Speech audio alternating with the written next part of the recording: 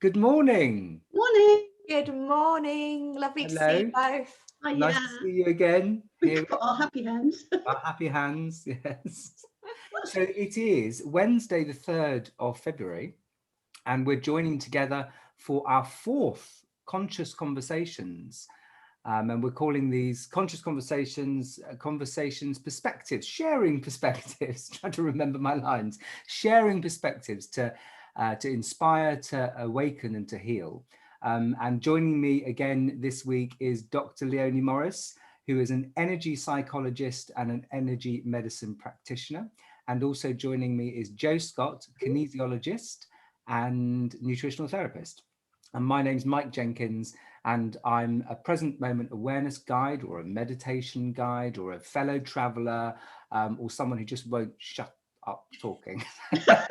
But we're joining together today.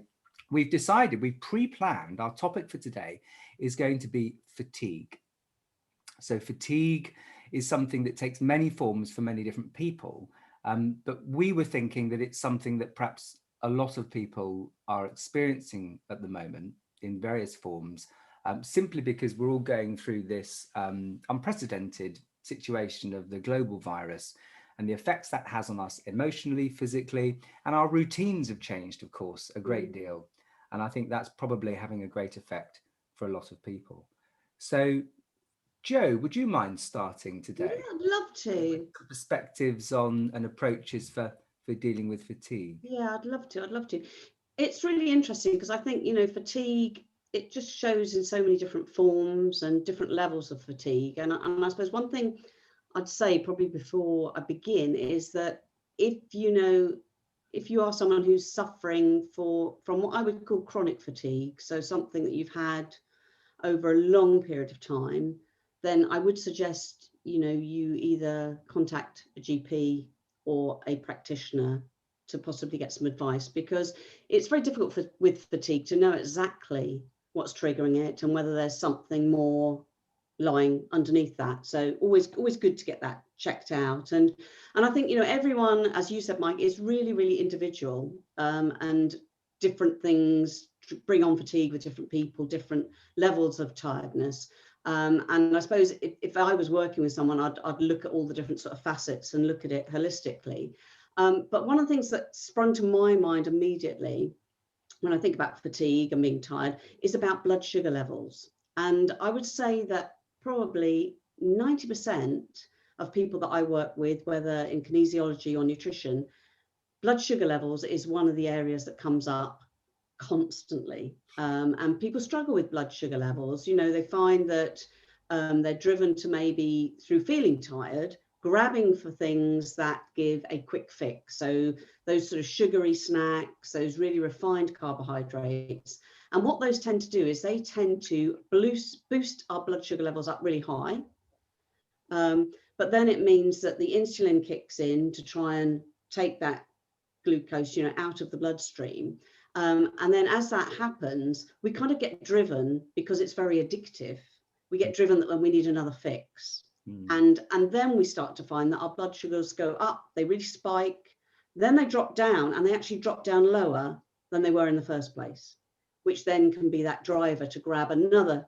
So we can end up all day with those going up and down, which can lead for moments of feeling very hyped, but then actually really, really slumping. And signs of, instability in your blood sugar levels can be fatigue, tiredness. It can be lack of concentration. It can be a foggy head. It can be irritability. So all those things can come from there. And so that is happening constantly. And we feel driven to grab another sort of boost of sugar. And so the day goes through. And that in itself is very, very tiring. But obviously, over longer periods of time, that can lead to issues. People can then become, insulin dependent, and then that can lead to diabetes, etc., going down a different route. So I suppose the key thing that people can do to help themselves, particularly during now, because I think more time may be sitting around. Some people are hyper busy and overstressed, so maybe reaching for things to boost them. Other people may find that boredom is leading them to grab these things. And so the key really around sort of stabilizing our blood sugar levels is to be looking to have more complex carbohydrates. And what I mean by that is carbohydrates that don't spike and raise our blood sugar levels to a ridiculous height and then drop down again, but more that are slow releasing and allow that blood sugar to slowly release and give us the energy. So for instance, a high sugary snack or refined carbohydrates, so things like cakes, biscuits, the white flour that's in things, white sugar, all of those things are giving us that fast boost. Whereas the complex carbohydrates are your whole grains. They're those carbohydrates that release slowly into the system. And someone who's really, really great on this is a guy called Patrick Holford. People may have heard of him. And he does some great books all around low GL. So there he's talking about glycemic load.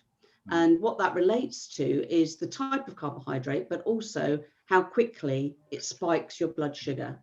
So with low glycemic load, we're getting those carbohydrates that release slowly and more gradually. Example, Joe, is there something that's like your favorite low glycemic load breakfast that you can share?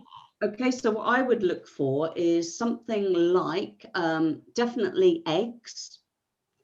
Eggs, because if you have your protein, the more that we have protein and fats, that helps to satisfy us longer. So things like eggs give you that protein at breakfast. And so that brings me nicely on to saying that, every meal and every snack we have, we should be looking at having some protein. So I would suggest for something like at breakfast, you could have a protein smoothie. So you could take milk, or if you prefer a milk substitute, mix it with some fruit, something like berries. Berries are good because they are lower sugar than other fruit. So mix that up with maybe a nut butter, an avocado, and some protein powder. Give it a lovely whiz. And that will give you a lovely slow release, but give you that great energy for breakfast. So those are the good sort of things to have for breakfast. Also, some pancake ideas are great as well. But when I talk about pancakes, that's literally 2 eggs beaten up. I don't know why I'm doing the beating symbol, but there we are. 2 eggs beaten up, and get a fairly ripe banana, mash that up, and then beat it up together, and then just pop that into a frying pan, cook that, and that is a really fulfilling, great breakfast to have. So again, having some protein with every meal, every snack is a great way to go. Oh, was that just banana and eggs, Joe? Yep, just banana and eggs. So literally banana omelette. So really, really simple. It makes a great pancake. You can pop a few berries in as well. I sometimes pop a few frozen berries in. If you want a few chia seeds, you can put all that in, and that is a great quick breakfast with a real good slow release. So it's and it's moving over to whole grains. So like your brown rice, your whole grains, looking at that sort of thing. And I think also what I'd say is making sure that you do all of this gradually. So if you are a real sugar junkie, then it's a gradual process. So maybe if you're someone who has sugar in your tea or coffee, maybe you're having 2 sugars, cut down to 1, cut down to a half, because sugar is addictive.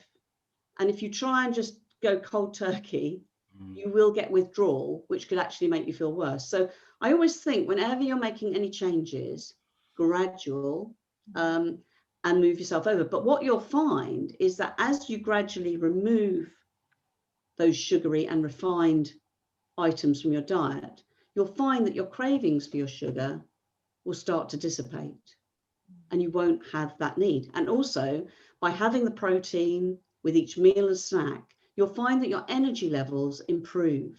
You won't feel that fatigue. And also, if you find that you're someone who the boredom of what's happening for some people at the moment is that when you feel the urge to go and grab that snack or go and root around in the cupboard frantically looking for something, you know, distract yourself.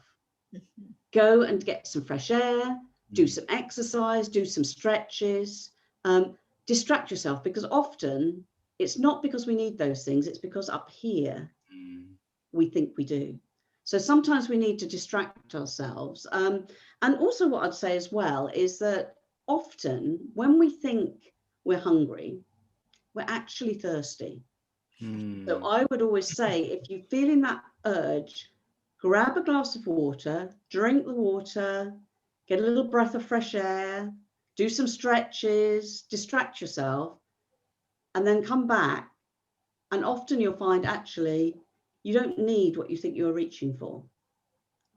So I think that's a great thing as well. And ideas of snacks, maybe a handful of nuts, having some fruit. So some fruit, and I'd always say go for berries, apples, pears, because they're the lower sugar content, because, you know, fruit has natural sugar in it, but it is still sugar. So those berries or apples or pears, and, you know, an apple sliced up with maybe a nut butter, something like that. Some vegetables, so some crudities chopped up with some hummus, something like that. That is just a healthy snack, but something that fulfills you. And I think if you have a real urge for sugar, dried fruit, you've got to be careful with. But I think sometimes a couple of dates, and if you cut those in half and put a little scoop of almond butter or some nut butter in them, is sometimes just that little snack that just takes the edge off, and that is much better than reaching for something that's refined. So that should be helpful as well. So, you know, thinking about looking at those low glycemic load foods, and I say Patrick Holford, you can look online, he does some great charts that show you what your low glycemic load is, and you're looking for a low number. Maybe we can put a link actually in the post so that people can go to him. Got here, this is it's like Blue Peter. This is a copy of his glycemic load, so I can do a link for that. And anything below 10 is a good low glycemic load. So think about that when you're reaching for your carbohydrates, and protein with every meal and snack, particularly at breakfast, because if you have a really good breakfast with your protein, that helps to keep you going through the whole morning until your lunchtime. And often you find you don't need a snack, you know. And look for distractions, get and do some exercise, get some fresh air, do some breathing techniques. I know Mike's going to share that with us in a little while, and grab that glass of water. And you'll start to find that your need for the sugar will start to die away, and you'll find your blood sugar levels become more stable, and your energy levels will improve, and you won't have those highs and dips where you can start to feel really tired. Wow. You have shared so much there, Jo. Sorry, I'm all over the place now, because I know we like to we do a bit of prep, guys. It might not look that way in, but Jo, you've said so much. It was fascinating to listen to you, and I've got some great tips. I'm going to do that banana pancakey omelette thing right after this session, but you've actually encouraged me to change what I was going to do. Again, I'm a woman, I have the right to change. So in energy medicine, there are 1,000,001 techniques, nearly, I exaggerate, but there is a lot of different ways to approach feeling tired, feeling lethargic, not having, you know, any get up and go. So how to fix fatigue, there are so many ways to go. But because you were talking about blood sugar and about interrupting that urge to eat, or it might be to eat, it might be to drink, it might be to smoke, there is a fantastic energy medicine protocol for those of us who are a bit bored or a bit, you know, want to numb ourselves, but we want something that's healthy to do to give us that interruption. So energy medicine is a lot about providing the space emotionally and mentally to give up and break that pattern. So a really good one, if you're craving for food, kids do this. That is giving the energy centers that surround your mouth something to do. It's actually creating, it's called a microcosmic orbit. I can't talk and hold at the same time, but when you're watching it there, it's actually creating a comfort, an energy of comfort that sinks down actually as far as your belly. So if you hold that and do the thumb suck and put your finger over here, you're stimulating a lot of different meridian points, which are encouraging a feeling of comfort, a feeling of I'm okay, a feeling of I don't need this food that I'm about to grab. I don't need this drink that I'm about to drink. So that's a really quick one. And I'm going to do 2 quick ones and a slower one.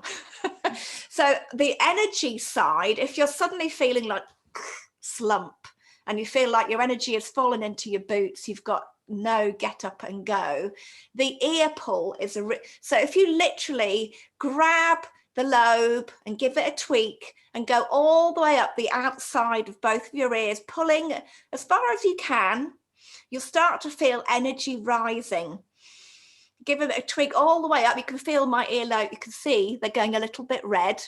Literally, you're hitting all sorts of acupressure or acu points, electrical points in your ears, which are creating energy to rise upwards. This is a quick fix. So there are some quick fixes, and do that, you know, pulling the lobe, pulling all the way up your ear, and you will literally feel like energy is rising and your ears will give off some heat. And that heat is an energy, heat is rising. It just encourages a stimulated feeling. So that's a really quick way to, if you're like, you're so sluggish, but you know you've got to finish something, do that literally for 60 seconds and you will have an instant zap. I was going to do some neurolymphatic massage for a deeper, nourishing energy. I'm not going to. And here's why.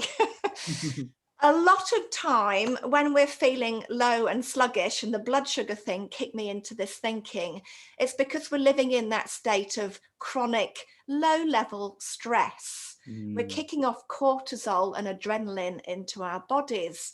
And that actually is really, really energy zapping. That affects our blood sugar. And it makes us feel hungry. It makes us want to do the things that we know we shouldn't do and give us that shame and guilt because we're feeling kind of a bit vibed, a bit stressed. So a way to actually kick cortisol and adrenaline from your system and rebalance so that your digestive system can go back to digesting. You can go back to feeling okay, to feeling like you've got this, is to actually massage your cortisol and adrenaline reflex points. And I'm going to angle this down. I'm wearing completely the wrong things. So I'll just, this is my belly button and I'm wearing all black so you can't see it. That's my belly button. If you go an inch out either side of your belly button and an inch down, that is our cortisol point. So put your fingers in that 3 fingers and thumb pads in a little notch and just massage in deep circles. If you want to go to the loo, it's going to make you want to go for a wee even more. But you are massaging the cortisol points, which means you're releasing the stress hormones that low-level chronic stress are putting into your system. You're releasing them so that you can, you know, basically weed them out or sweat them out. So it's allowing you to let go.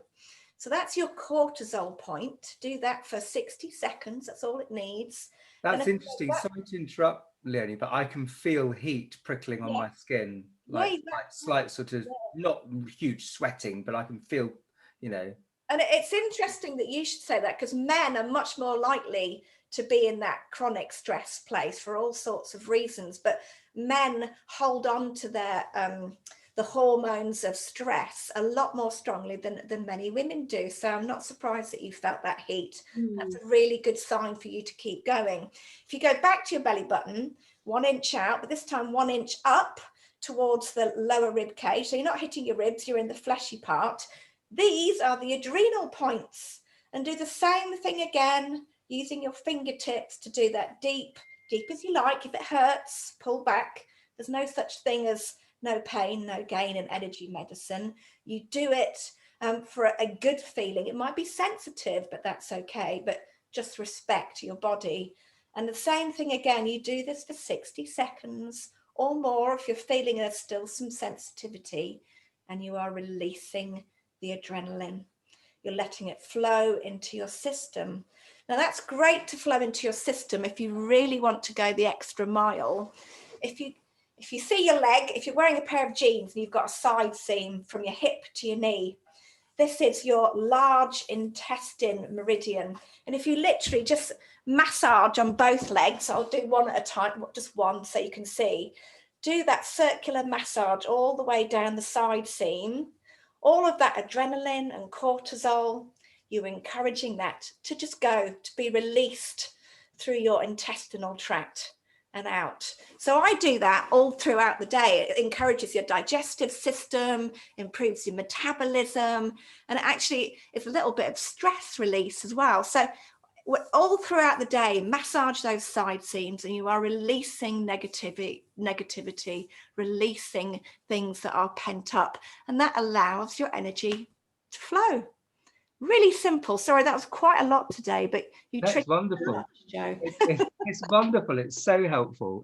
Even just now, actually, I'm just liking the sensation of massaging the muscles around the thighs. You know, just releasing some tension, because it's so easy to forget, isn't it, when we're on our own a lot. I mean, I am on my own a lot at the moment, and some people aren't. But even if we are with people, we can sometimes forget that. You know, when someone comes up behind you and says, "Hi, how are you doing?" You go, "Oh, that's nice." Just, you know, just dig in a bit there. But perhaps people a lot at the moment are forgetting that those simple things, you know, can really, really make a big difference.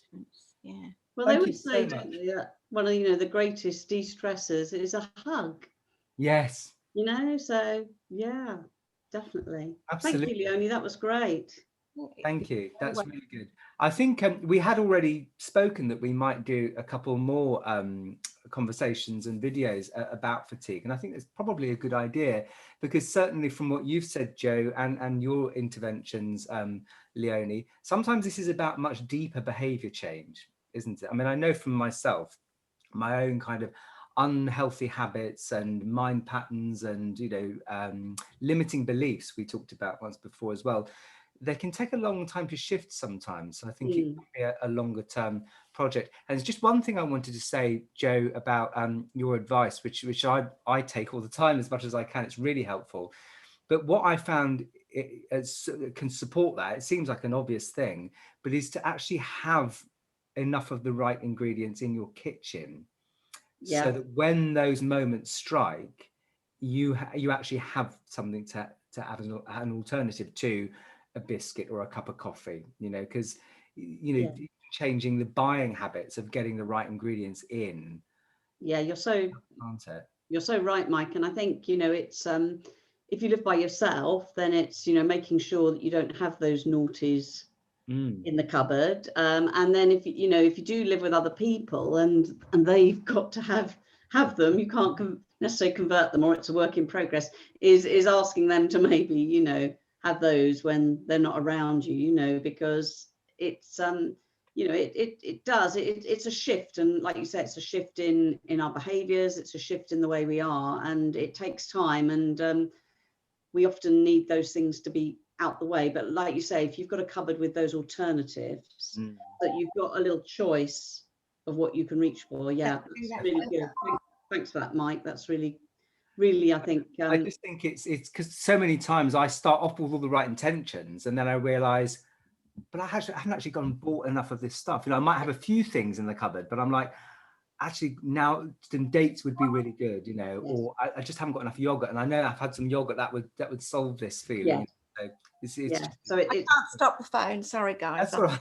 That's fine. So no, I think that's a really good point, Mike. Yeah, thank you for that. No, and the other thing as well was hot water. I'm finding at the moment that sometimes having a cup of hot water has a double effect. So first of all, it's getting water into my system rather than tea or coffee, but it has that calming effect. So I often notice that I like tea so much because I'm a bit of a tea addict, but also it's the feeling of warmth and comfort in the stomach area. And I've noticed that I can get very similar feeling from a hot cup of water, warm water. Yeah, I tend to in the morning, I tend to have hot water with some lemon, and actually through the whole course of the morning, I managed to just keep replenishing that.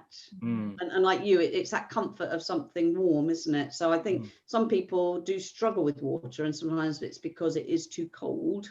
And so that's a warm water. Can I share my special hot go-to drink? Because I have a really an absolute zinger, since we're on the subject of energy, and it's called fire cider.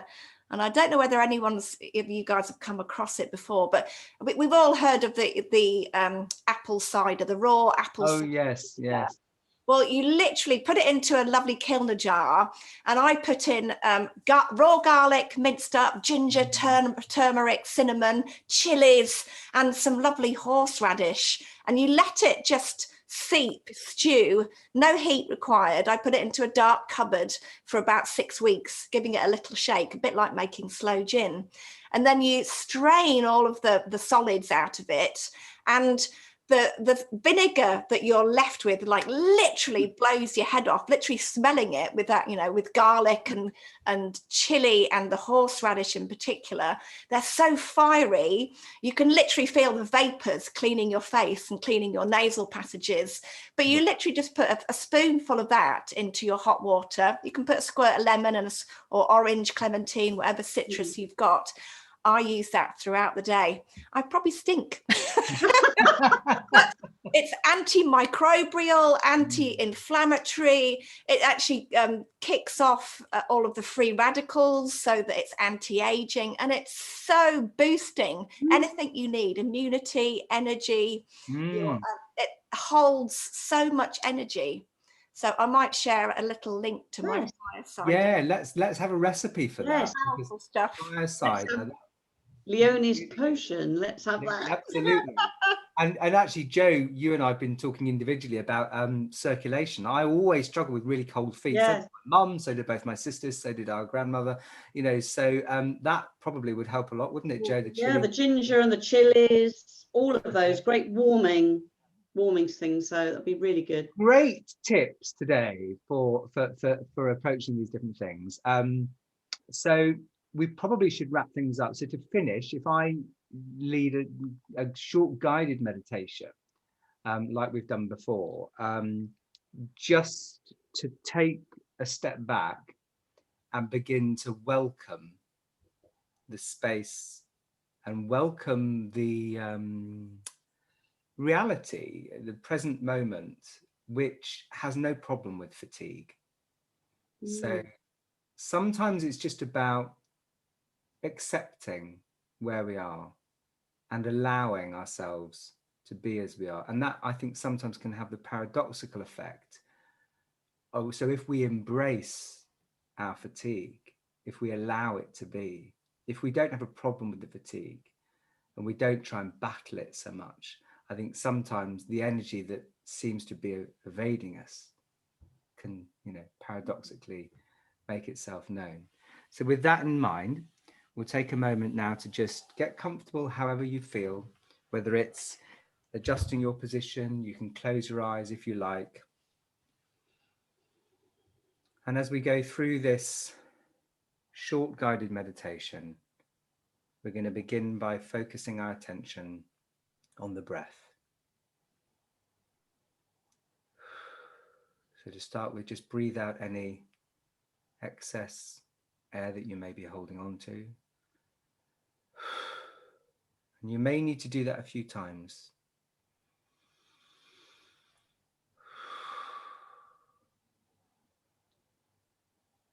So often when we're feeling very fatigued, we're not necessarily getting enough oxygen around our body. And we can easily become unconscious of our patterns of breathing. We can become unaware that we're holding the breath.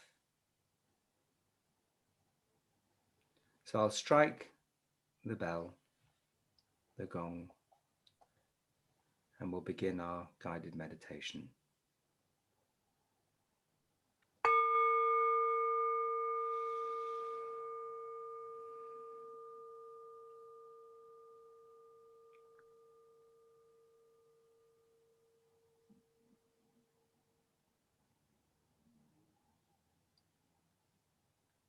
Just allow the bell call us to a stop for now.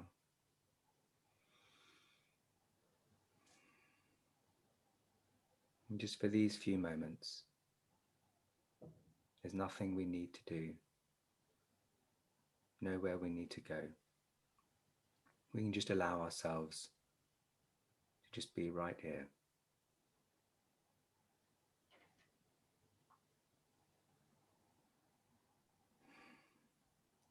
And so turn our attention to the breath.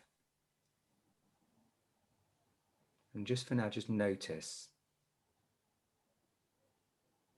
the fact of your breath, the experience of it entering and leaving your body.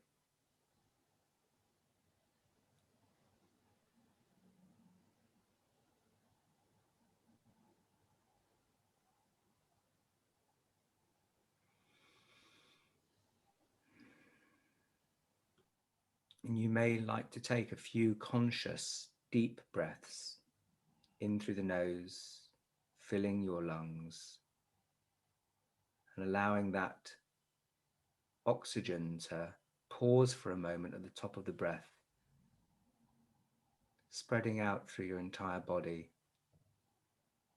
as each new breath oxygenates the blood and all of your cells.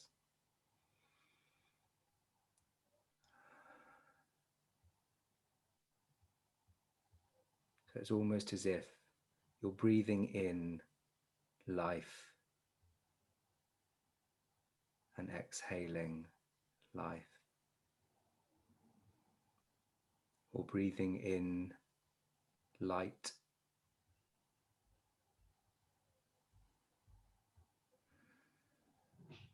and just allow that breath to naturally flow in and out. If you're feeling there's any tension or tightness in the breath, you might find it helpful to place a hand on your solar plexus or lower, breathing into that. But don't labor it, don't force the breath.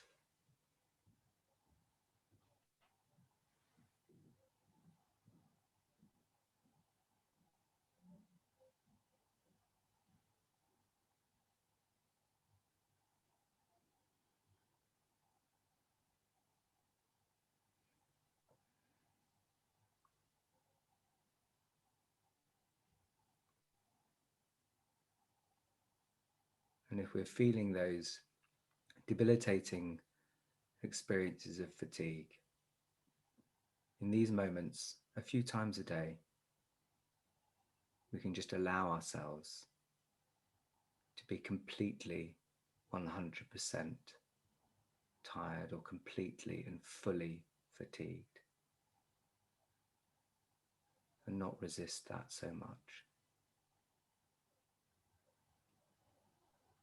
And in these present moment awareness meditations, I always like to point our attention to the aspect of our conscious awareness that is not fatigued, that welcomes, embraces all types of tiredness and all types of fatigue. But the awareness itself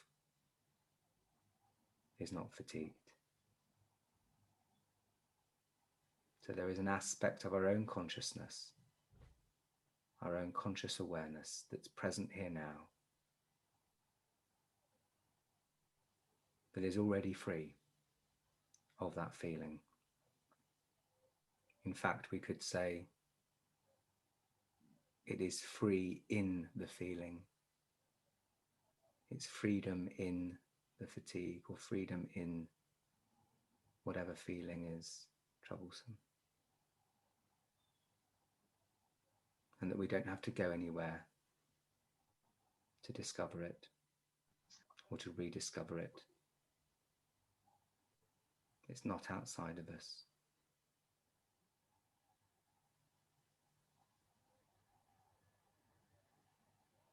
It is part of who we are.